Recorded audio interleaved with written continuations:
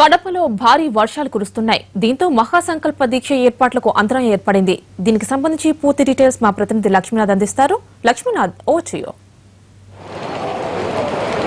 యామిని, రాష్ట్ర ప్రభుత్వం ప్రతిష్టాత్మకంగా చేపట్టినటువంటి నవ నిర్మాణ దీక్ష ముగింపు సందర్భంగా మహాసంకల్ప యాత్రను కడపలో నిర్వహించేందుకు రాష్ట్ర ప్రభుత్వంతో పాటు తెలుగుదేశం పార్టీ అన్ని విధాల భారీ ఏర్పాటు జరిగింది. అయితే కొద్దిసేపటి క్రితం భారీ వర్షంతో కొద్దిపాటి అంతరాయం ఏర్పడింది. ఏర్పాట్లలో కొద్దిగా అంతరాయం ఏర్పాటుతో పాటు ఏర్పాటు చేసిన షామియానాలు కొద్దిపాటి కూలిపోయిన నేపథ్యంలో తిరిగి వాటిని మరమ్మతు చేసేందుకు యంత్రాంగం మరమ్మతులు ఏర్పాటు చేస్తుంది. అయితే రాష్ట్ర ప్రభుత్వం ఈ నవనిర్మాణ దీక్షను ఎంతో ప్రతిష్టాత్మకంగా భావించడంతో పాటు విపక్ష నేత వైఎస్ జగన్మోహన్ రెడ్డి వ్యాఖ్యలకు ధీటుగా ఆయన సొంత జిల్లాలోనే భారీ స్థాయిలో మహాసంకల్ప దీక్షను ఏర్పాటు చేయడం ద్వారా ప్రజల్లో రాష్ట్ర ప్రభుత్వం గత 2 ఏళ్ల కాలంలో చేపట్టినటువంటి అభివృద్ధి సంక్షేమ పథకాలతో పాటు రాష్ట్ర ప్రభుత్వం భవిష్యత్ కార్యాచరణలో చేపట్టాల్సినటువంటి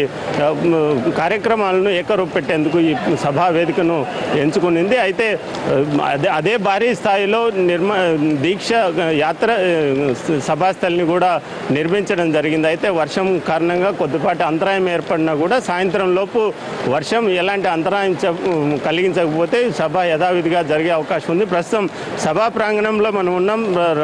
రాజ్యసభ సభ్యుడు సీఎం రమేష్ ఏర్పాట్లను పర్యవేక్షిస్తున్నారు. సార్, సభా ప్రాంగణంలో వర్షం ఆటంకం కలిగించే అవకాశం ఉన్నట్లు తెలుస్తుంది.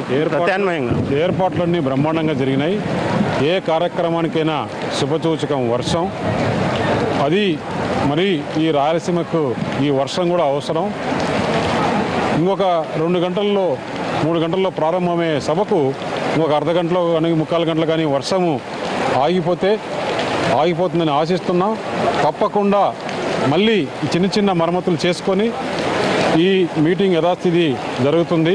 ముఖ్యమంత్రి గారు కూడా అక్కడి నుంచి విజయవాడ నుంచి ఇక్కడికి ఫ్లైట్లో రావాలి కాబట్టి ఆ దారిలో వర్షానికి ఏమైనా ల్యాండ్ కాకుండా పోతే ప్రాబ్లం అయితే తప్పకుండా మంచి చేసే వాళ్ళకి ఎప్పుడు కూడా దేవుడు అనేవాడు సహకరిస్తాడు.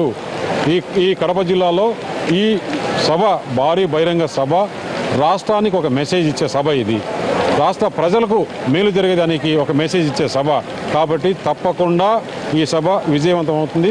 చిన్న చిన్న మరమ్మతులు ఉంటే 1 గంట 2 గంటల్లో చేసేసుకుంటాం. ఏమాత్రం ఇబ్బంది ఉండదు. మీరు చెప్పిన దాంట్లో కూడా ఇది ప్రతిపక్ష నాయకుడు సొంత జిల్లా అన్నారు. ఇక్కడ ఒకరికి సొంత జిల్లా ఉండదు. ప్రజల అందరి జిల్లా, కడప జిల్లా అందరి ప్రజల జిల్లా ఇది. కాబట్టి ఈ జిల్లాకు మేలు జరుగుతుంది. ఈరోజు ముఖ్యమంత్రి గారు ఇక్కడికి వచ్చి కొన్ని రాష్ట్రానికి ఏదైతే నవనిర్మాణంలో భాగంగా కొన్ని అనౌన్స్మెంట్లు కూడా చేస్తారని ఆశిస్తున్నాం. కాబట్టి మేలు చేసే వాళ్లకు, ప్రజలకు మేలు చేసేదానికి ముఖ్యమంత్రి అభిప్రాయం ఒకటి, పేదరికం నిర్మూలన, పేదరికం పారదోలాలి. ఆ సందర్భంగా ఈ సభ పేదలు ఈ గెలుపు అనే దాని కింద ఈరోజు ఈ వర్షం కూడా మనం భావించుకోవాలి. వర్షం ప్రతి శుభ పరిణామానికి శుభ సూచకమని వర్షం అంతరాయం కలిగించకపోయిన నేపథ్యంలో సభను అత్యంత విజయవంతంగా నిర్వహిస్తామని రాష్ట్ర ముఖ్యమంత్రి ఈ సభ ద్వారా రాష్ట్ర ప్రభుత్వం చేపట్టబోయే విధానాలను, రాష్ట్ర ప్రభుత్వ ప్రగతిని, భవిష్యత్ కార్యాచరణను ప్రకటించబోతారని. కాకపోతే వర్షం వాతావరణం ఇలాగే ప్రతికూలంగా మారితే తప్ప సభకు ఎలాంటి ఆటంకాలు ఏర్పడకుండా అన్ని ఏర్పాట్లు పూర్తి చేస్తున్నామని, మరమ్మతులు కూడా యుద్ధ ప్రాతిపదికన చేపట్టి సభని యథావిధిగా నిర్వహించేందుకు అన్ని ఏర్పాట్లు చేస్తామని తెలుగుదేశం నాయకులతో పాటు రాష్ట్ర ప్రభుత్వం వైపు నుంచి సమాధానం వస్తుంది. Court Hyderabad studio. Right, thank you Lakshminath.